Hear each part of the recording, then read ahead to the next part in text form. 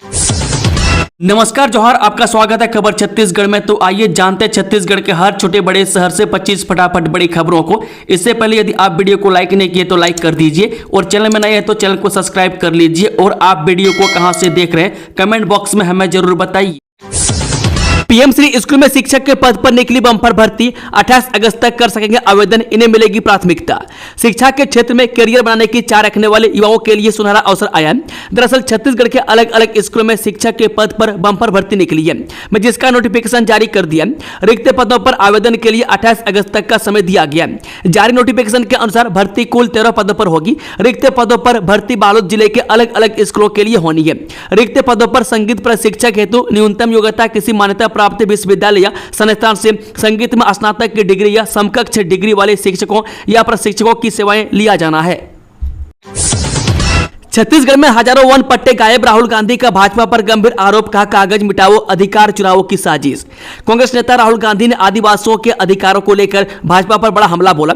उन्होंने social media platform x पर एक पोस्ट के माध्यम से आरोप लगाया कि छत्तीसगढ़ में हजारों वन अधिकार पट्टों का रिकॉर्ड अचानक गायब कर दिया गया। राहुल गांधी ने कहा कि बस्तर में 2788 और राजनांदगांव जिले में आधे से ज्यादा पट्टों का रिकॉर्ड लापता हो चुका है। इसे उन्होंने आदिवासियों के संवैधानिक अधिकारों पर सीधा हमला बताया।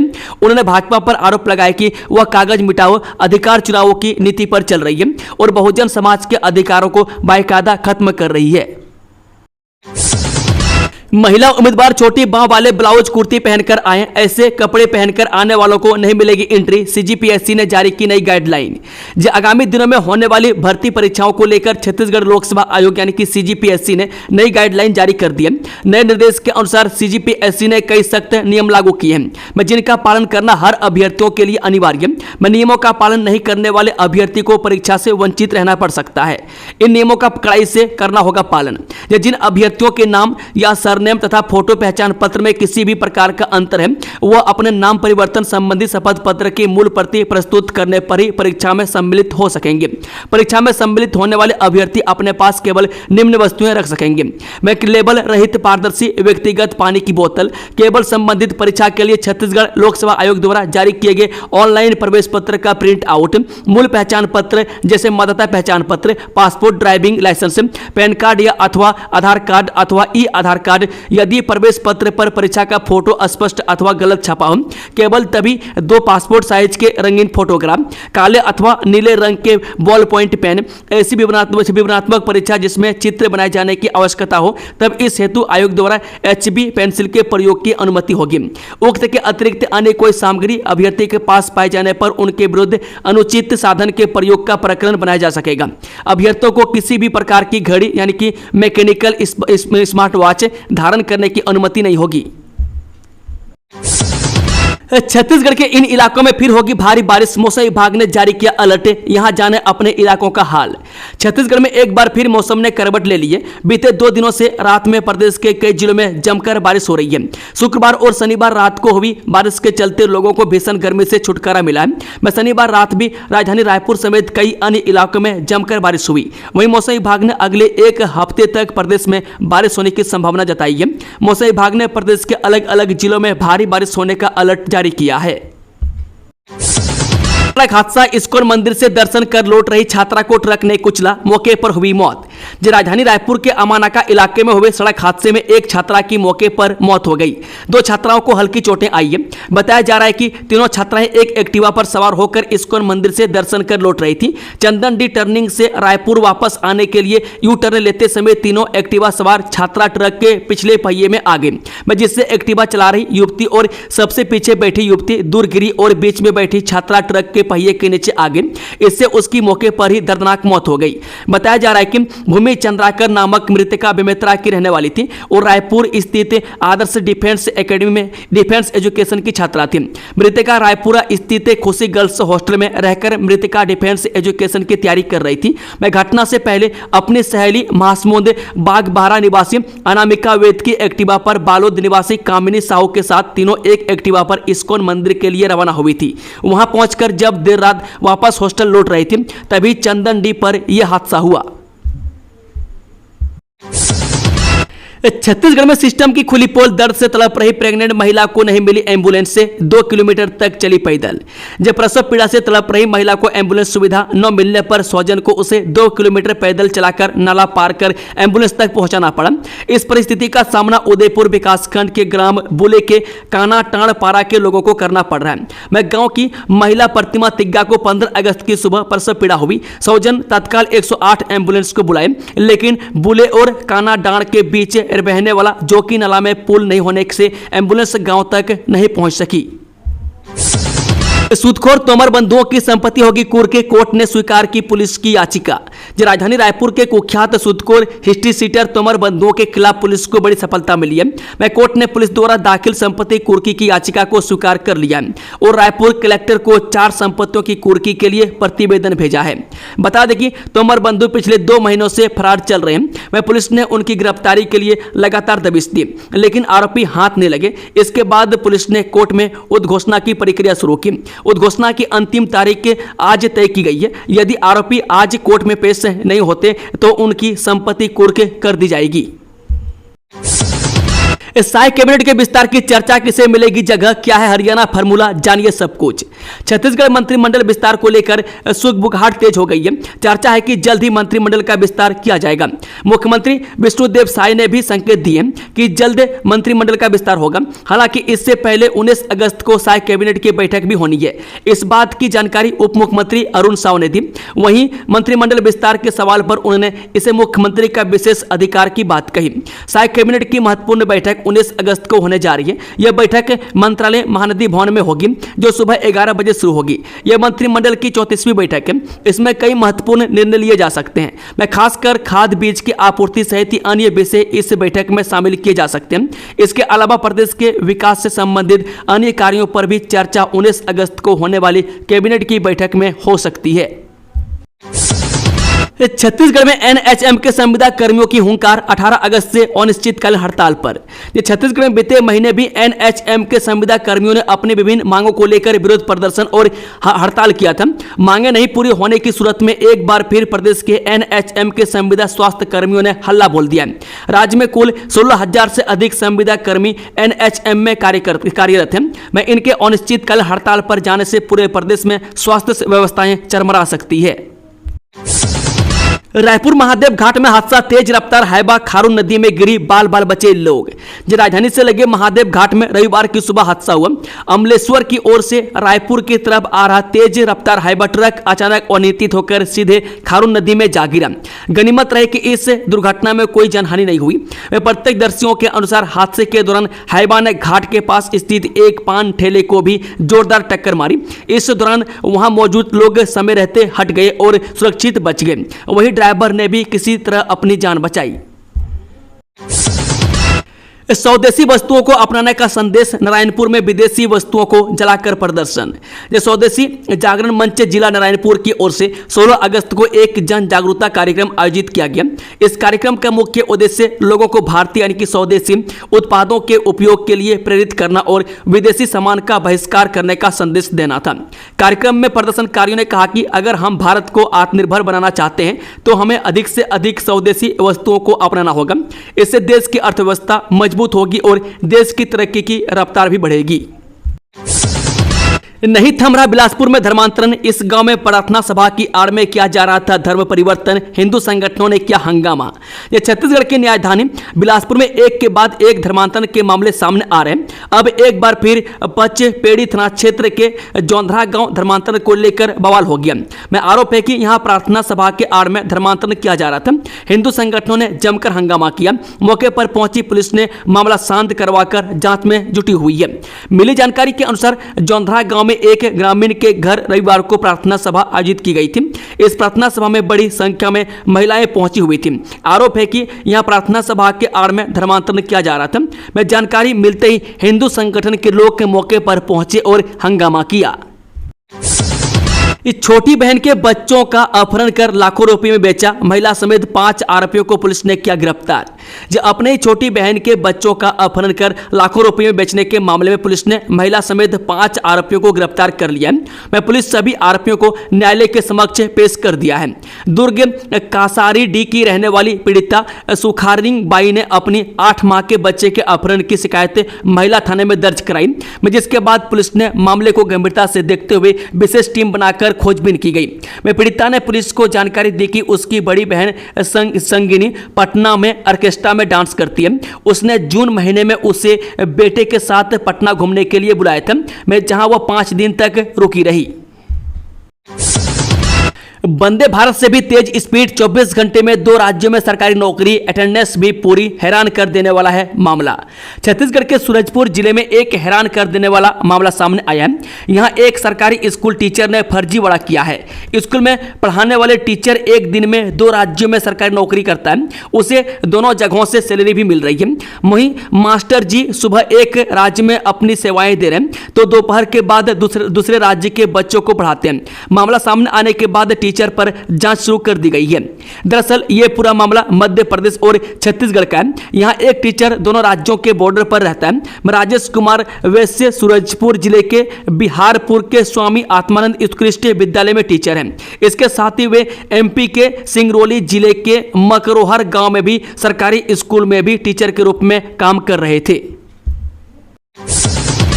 प्रदेश के कई जिलों में होगी झमाझम बारिश, मौसम विभाग ने जारी किया अलर्ट। ये छत्तीसगढ़ में मानसून एक बार फिर सक्रिय हो गया। मौसम विभाग ने आज प्रदेश के 18 से अधिक जिलों में बारिश का अलर्ट जारी किया है।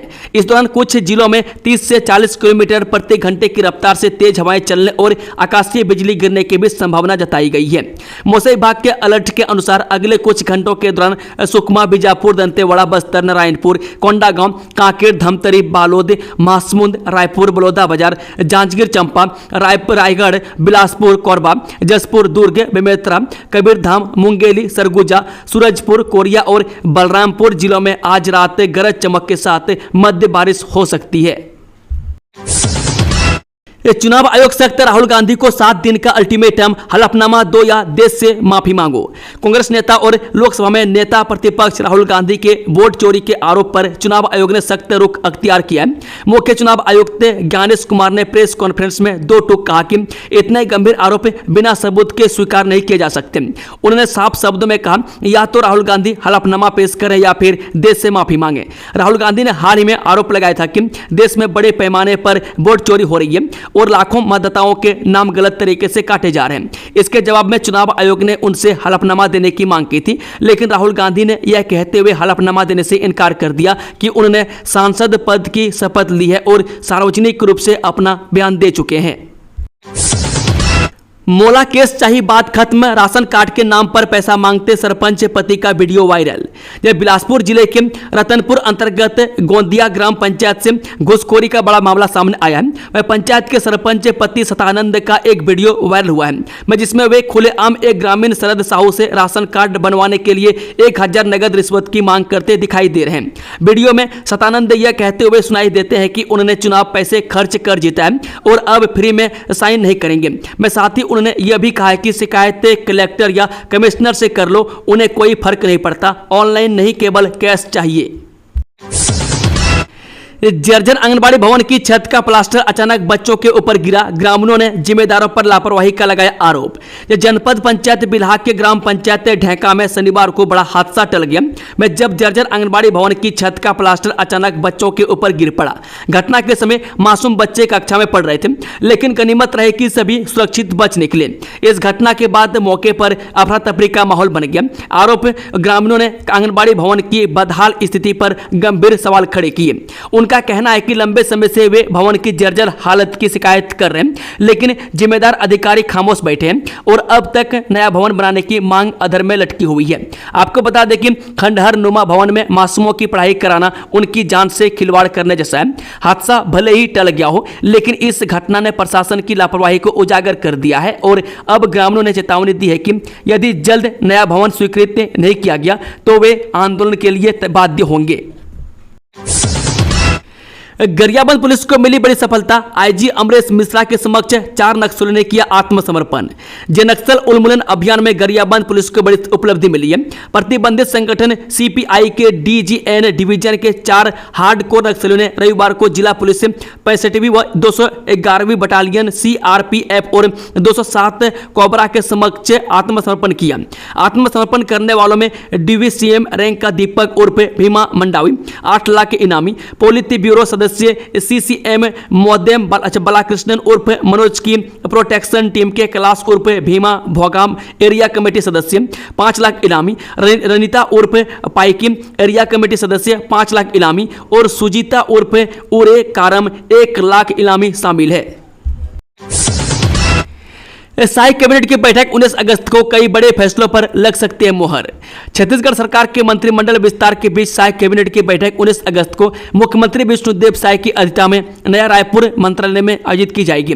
बैठक में कई बड़े फैसले लिए जा सकते हैं। वहीं बैठक में नए मंत्रियों के शामिल होने के कयास लगाए जा रहे हैं। अब देखने ये होंगे कि कैबिनेट बैठक के पहले मंत्रिमंडल का विस्तार होता है या फिर बैठक के बाद नए मंत्रियों के नाम का ऐलान किया जाएगा।